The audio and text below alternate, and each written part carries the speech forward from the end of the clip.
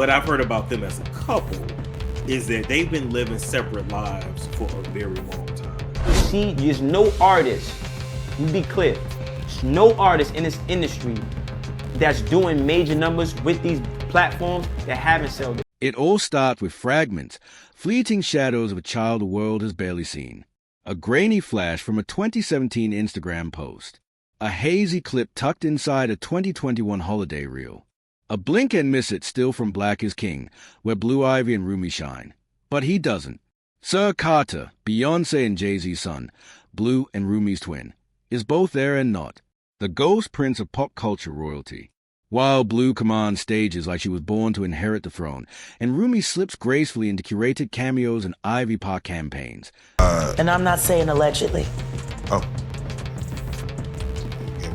I'm saying, Sean Carter, you're a piece of shit. Taking Pimp C wasn't bad enough. You just want to go down there and you want to just remove all of the balls from every real gangster. So remains cloaked in silence. This isn't random. This is by design. And that's exactly why fans are whispering, digging deeper, and tracing patterns across years of carefully filtered media. This isn't just a child choosing privacy. This is a 7-year-long disappearing act crafted with intention. World tours, behind-the-scenes documentaries, red carpet appearances, family holiday shoots. And yet, Sir is nowhere. Either is being purposefully kept out of sight, or is being quietly wiped from the narrative. The question isn't where is Sir anymore. It's why is he being hidden?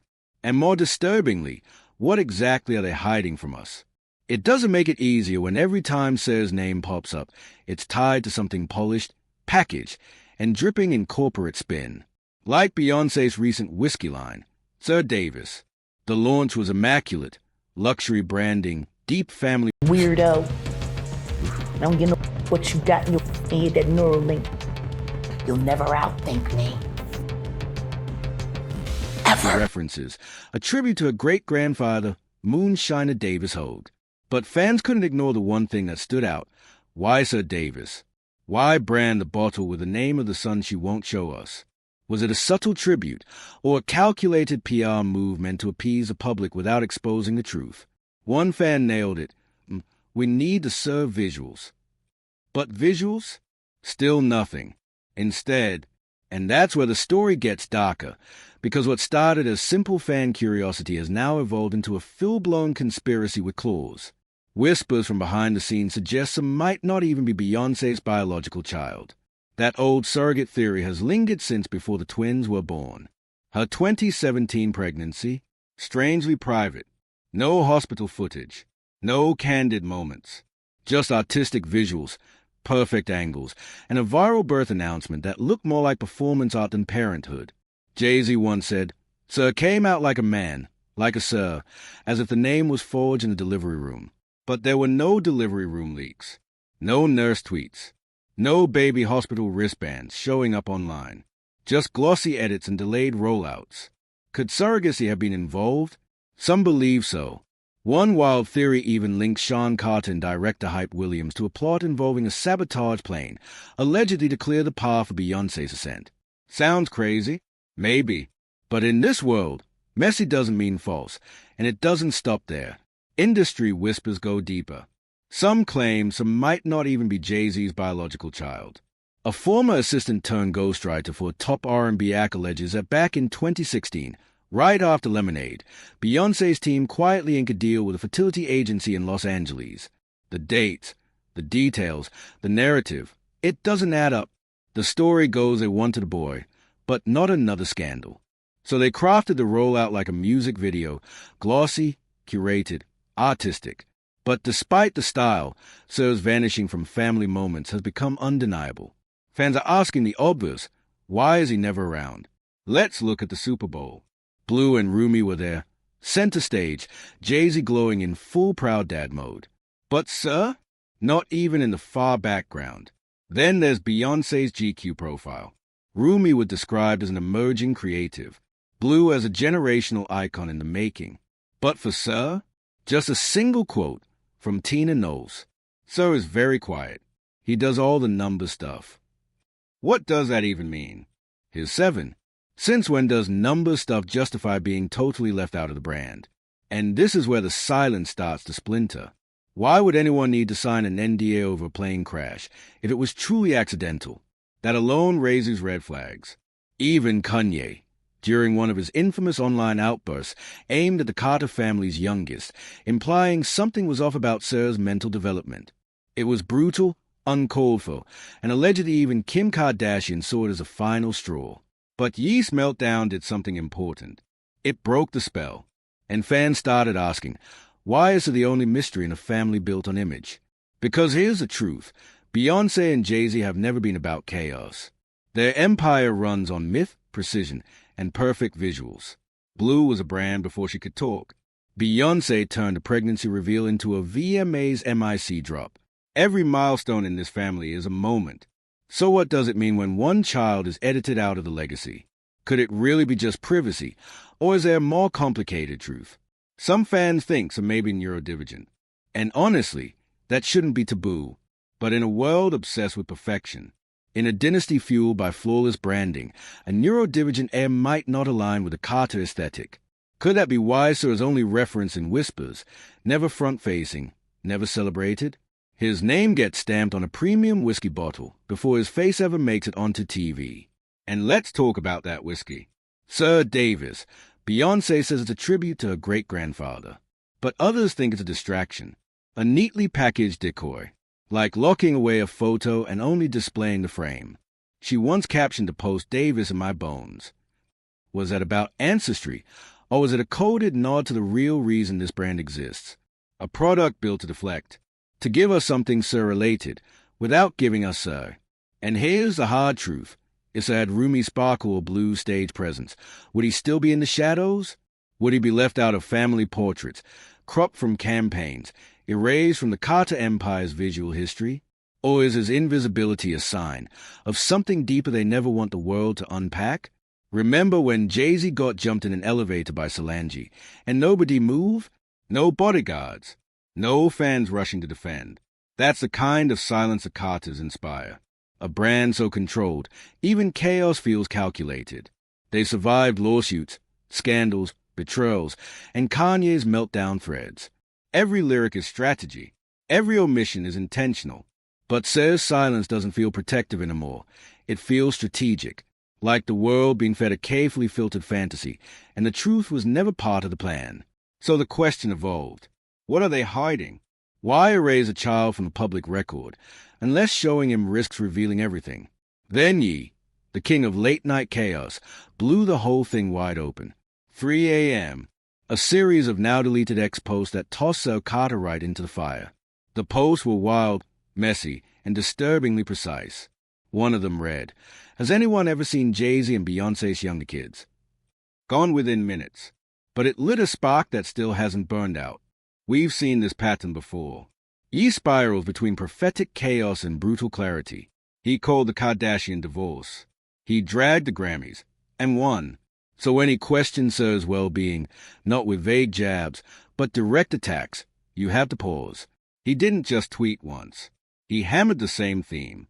Posted, deleted, reposted, over and over again. And each time, the message got louder. The Carters aren't just hiding their son. They're hiding something about him. Something deeper. Something darker. And this is where it all converges. Artificial insemination. Mental health. A machine built to protect optics, not truth. That's how you framed it. In chaotic bursts, yes, but the undertone hit too close to the Carter brand's controlled silence. And what if the stakes are even bigger than any of us thought? There's one rumor that just won't die. A possible inheritance clause, allegedly buried in the Carter estate documents. According to a former Roc Nation attorney, a trust exists, but with strings attached. Strings tied to branding, public appearances, and legacy performance. If the clause is real, it allegedly states that full access to the Carter inheritance depends on all 3 children publicly contributing to the brand. It's unconfirmed, but when Sir's absence stretches across every event, the whispers feel less like gossip and more like strategy. Could his invisibility be costing him millions? Oh, Weiss, was it designed that way from the beginning? Family out tonight. It's a family affair. Glowing captions. smiling red carpet cameos. And yet, Sir is missing. Not forgotten, just edited out. A new theory suggests that by keeping Sir offstage, the Carters maintain freedom over how the billion-dollar legacy is split. If that's true, it's corporate parenting at its coldest, a child's media visibility weighed against financial flexibility. Blue Ivy already has a Grammy. Rumi's name has charted on Billboard. Sir, no public milestones. No exposure. Just silence. It's capitalism dressing couture, where family doubles as a product line. But the facade is starting to crack. And oddly enough, it's Tina Knowles who keeps letting the soft leak slip. In every interview, she praises her grandkids. But something shifts when she talks about Sir. For Blue, she beams. For Rumi, she glows. For Sir, her energy drops. Sir is quiet. He likes numbers. He's not into fashion yet. That yet lands like a paper cut, small but sharp. It sounds rehearsed, repeated, almost verbatim, in 2 separate interviews. Then at the Remember My Name Ball, she lights up over Blue's piano skills. She raves about Rumi's artwork. But when Sir comes up, her arms cross, her eyes flick, her posture stiffens. It wasn't just what she said, it was a tension in what she didn't. It's like she's reading a script she didn't write. And if Tina Knowles is a gatekeeper, then the question becomes, what exactly is she protecting? Not the architect, but the protector of the brand, the enforcer of a story that can't afford cracks. Because when your entire family is a business, one deviation becomes a liability. And maybe Sir is that deviation, not in essence, but in optics. When the same people benefit from the same silence over and over again, is that still privacy? Or has it become something else? Here's the most chilling theory of all. Maybe this isn't about hiding Sir from the public. Maybe it's about hiding Sir's truth from the world. One former Ivy Park campaign staffer says it was supposed to be featured alongside Beyoncé and the twins in a matching shoot. Wardrobe locked in. Set confirmed. But then, last minute, so it's just removed. No sickness. No conflict. Just, he's no longer part of the campaign. No explanation. No follow-up. No one allowed to ask. And that phrase, no explanation, echoes across every Sir Carter moment. This isn't ordinary celebrity privacy. This is lockdown, erasure, a blackout narrative so curated that even curiosity becomes taboo. And while fans wait, all they are given is symbols. A whiskey label with his name, a vague line about family bloodlines, a cryptic caption hinting at inner strength. But no photo, no video, no visual proof of who Sir is. If they were truly proud, if there was nothing to hide, wouldn't we have seen something by now? A single family photo, a Super Bowl frame, a candid moment from vacation? Instead, it's smoke and mirrors, silence dress and sequins. The Carters serve up fame and deniability, and no one dares mention what quietly disappears behind the brand curtain. That's the unspoken truth. Nobody talks about the campaigns that were pulled, the promos scrubbed, the projects that suddenly vanished. Why? Because Sir is a twin, and in most families, twins walk the world in sync, mirrored lives built through shared exposure. But in the Carter house, that dynamic quietly fell apart. Rumi is everywhere, in campaigns, in Tina's praise, in lyrics, in charts. Sir, he's not just absent, he's vanishing. And this isn't about public appearances. It's psychological. One twin shines, the other fades, and that fracture runs deeper than media. It touches identity. Twins usually build a bond through mutual presence. But when one is constantly lifted and the other buried, it becomes more than image control. It turns into isolation. Rumi is seen, so she's celebrated. Sir is hidden, so he becomes myth. That mystery builds more silence, more control, more distance. We've watched this happen before. In famous families where one twin becomes the icon and the other a shadow. But Sir's case isn't just poetic. It's perilous. The missing twin trope has become less speculation and more ghost story.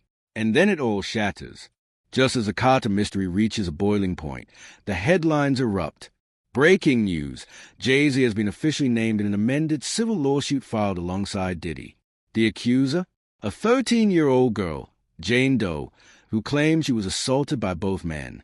Suddenly, the walls around the Carter Empire don't feel bulletproof anymore. Because celebrity doesn't just lift, it cages. It turns children into icons before they're even old enough to speak. Blue is the air. Rumi is the star. And Sir? He's not a name. He's a void. A carefully placed question mark in the Carter legacy. And here's the hardest truth of all. This isn't just a Carter production. We helped write this script. Every post dissecting clues. Every theory that goes viral.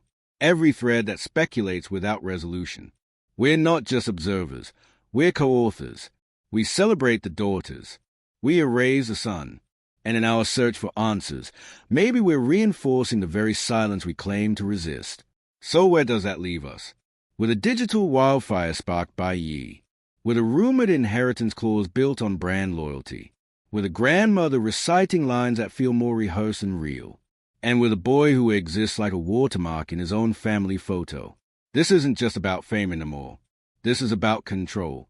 It's about turning legacy into leverage. About transforming childhood into collateral. And if the pattern holds, if Sir continues to be edited out while his sisters rise in sync with the Carter machine, the psychological fallout might be worse than we think. Because children grow. They get curious. They read the think pieces. They dig through the archives. And eventually they ask, why? Why was I treated like a secret? Why didn't anyone say anything? And when the answer never comes, silence becomes its own kind of betrayal. I'm not crazy. I just want the truth. That quote's been floating around, about Jay-Z, about the people who crossed him. And it fits here too. The truth. It's always just out of reach. Courts won't confirm it. Interviews won't touch it. And yet, everyone feels it. A gnawing, echoing question that no caption, no campaign, no press release can bury. So we have to ask the one question that no one inside that billion-dollar circle wants to answer. The question that unravels the whole thing like thread from a flawless gown. Are the Carters protecting Sir Carter? Or are they protecting a secret so heavy it could crush their empire if exposed? Drop your thoughts in the comments. We're watching. We're listening. And until next time, stay bold, stay sharp, and never stop looking past the lens.